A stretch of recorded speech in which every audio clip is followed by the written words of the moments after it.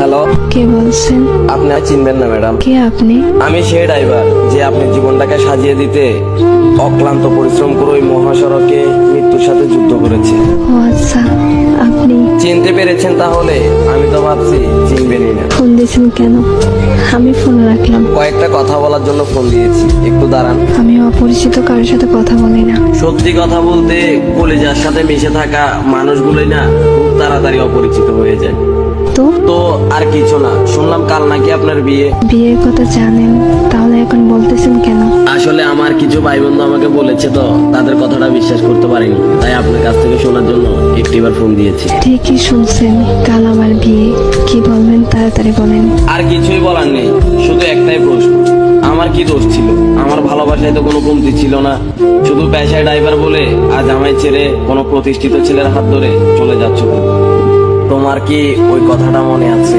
কি কথা? তোমায় না বলেছিলাম আমি পেশায় ড্রাইভার বলে কোনো একদিন আমায় ছেড়ে কোনো এক প্রতিষ্ঠিত ছেলের হাত ধরে চলে যাবা? সেদিন তুমি বলেছিলে কখনোই না। দেখছো, আজ আমার কথাটাই সত্যি হয়ে গেল। আরো বলেছিলাম যেদিন তুমি আমায় ছেড়ে চলে যাবা সেদিন ইচ্ছে করে পায়ের ব্রেকটা মিস করে এই দুনিয়াটা ছেড়ে দেবো।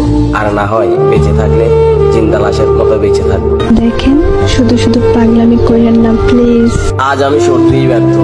এই কথাটা শুনে যে আমার মুখে আমার মৃত্যুর কথাটা শুনে তুমি আমাকে বলতেছো পাগলামি করো না, অথচ যখন তোমার সাথে আমি জড়িয়েছিলাম তখন একটু করে মৃত্যুর কথাটা বললে তুমি বলতে তুমি মরে গেলে কি আমি বেঁচে থাকবো?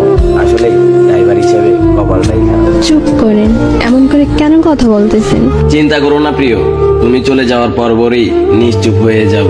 বিশ্বাস করো, আজ নিজেকে আটকে রাখতে খুব কষ্ট হচ্ছে।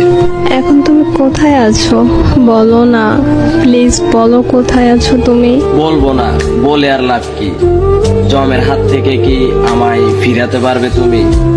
মরে যাওয়ার আগে একটা কথা বলে যাই তোমায়, বলো তুমি। নিজের থেকেও বেশি ভালোবাসতাম তোমায়। তোমায় নিয়ে আমার অনেক স্বপ্ন ছিল, তোমার কোলে মাথা রেখে ঘুমাবো। শুধু আজ পেশায় ড্রাইভার বলে আমার এইভাবে নিখুঁতভাবে ঠকাইয়া গেল। চলে যাচ্ছি, আর কখনো